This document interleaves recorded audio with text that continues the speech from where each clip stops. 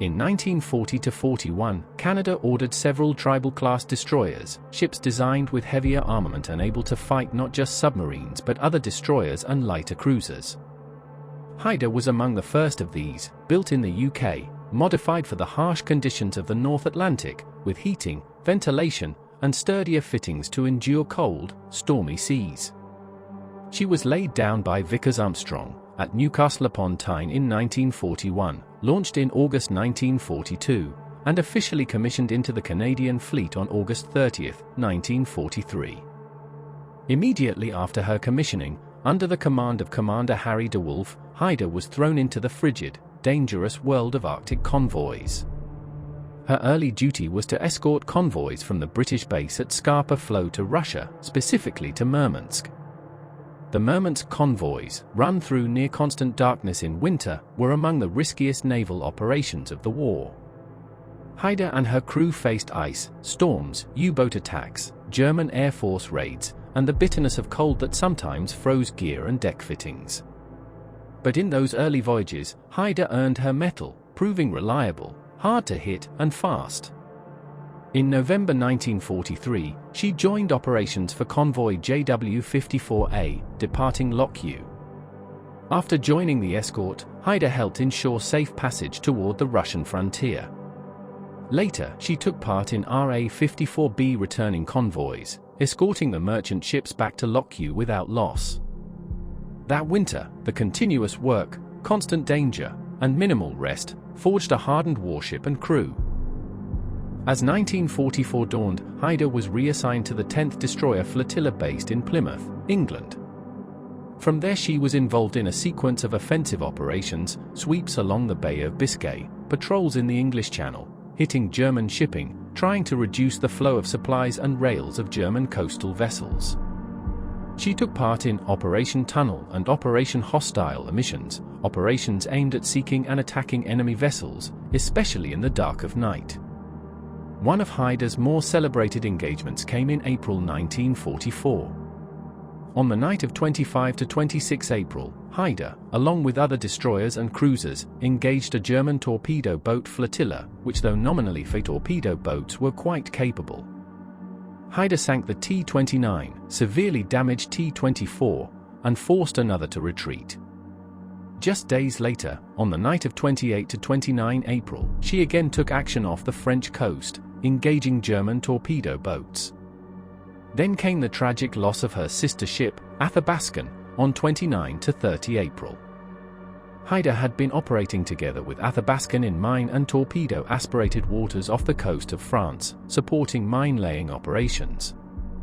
When Athabaskan was struck by a torpedo and disabled, Haida returned to attempt a rescue under risk of being torpedoed herself or facing coastal batteries. She managed to pick up 42 of Athabaskan's crew in dangerous waters, even as danger loomed from enemy mines, aircraft, and artillery. Shortly after that, D-Day approached. In June 1944, Haida was a part of Allied efforts in preparation for and during the Normandy landings.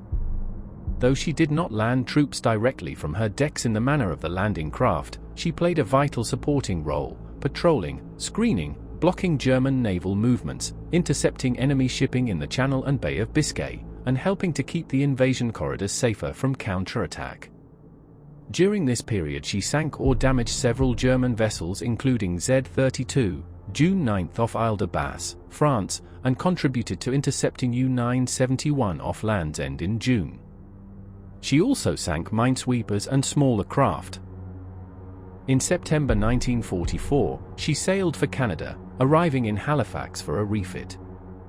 Her crew was awarded battle honors for Arctic service, English Channel operations, Normandy, and Bay of Biscay. The war ended, but Haida's story did not. After 1945 she was paid off briefly but recommissioned in 1947. Peacetime meant a different kind of commitment, training, exercises, showing the flag, participating in NATO fleet operations, visiting ports, helping to maintain Canada's posts and alliances, and keeping the Navy ready. In 1950, the Korean War broke out.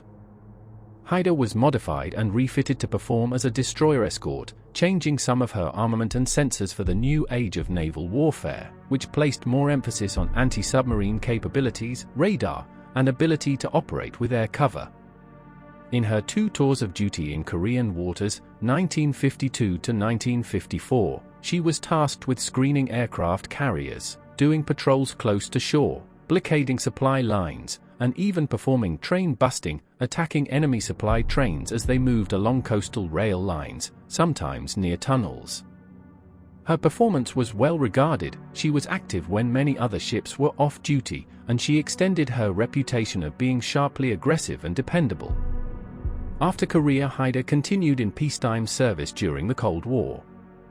She took part in joint exercises with the United States Navy and Royal Navy, visits to both Canadian and foreign ports for diplomacy, and training new crews.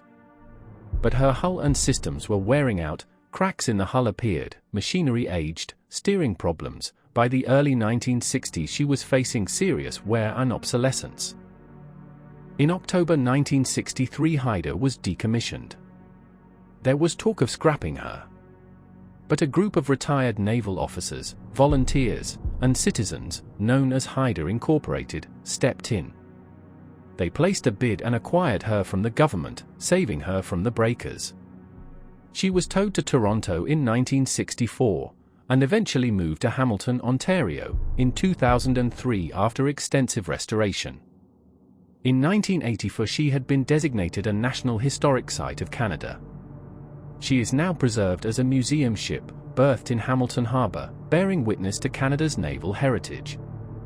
There are many metrics by which Haida earned her reputation. From 1943 to 1945 she sank more enemy surface tonnage than any other ship in the Canadian Navy. She earned battle honours in multiple theatres. Over her 20 years of service she steamed nearly 688,500 nautical miles, the equivalent of circumnavigating the globe nearly 27 times. She lost only 2 men in her entire career, outside very minor accidents, an extraordinary mortality record for a ship involved in so much combat. The ship's commanding officers, especially Harry de Wolfe, nicknamed Hard Over Harry for his bold turn and chase tactics, became legendary. Haida's crews were praised for night fighting, for aggressive tactics, for courage under fire, and for adaptability. As a museum ship, Haida draws thousands of visitors. She serves as the last surviving tribal-class destroyer in the world, a living reminder of Canada's naval past. She is the ceremonial flagship of the Royal Canadian Navy. Her preserved hull, weapons, torpedo tubes, and interiors allow visitors to walk in the footsteps of those sailors. Though technological evolutions have long passed her by, in memory and honor Haida remains a potent symbol of daring, of endurance, and of a navy punching above its weight. She was not perfect, and time took its toll, but in her 20 years afloat, she amassed more stories of combat than many ships achieve in twice that time. From the gun decks to the bridge, every story we tell honors those who served. If this tale made you feel the salt and steel of history, give it a like, and if you're not yet part of our channel's Convoy, subscribe and join the ranks. More powerful stories await.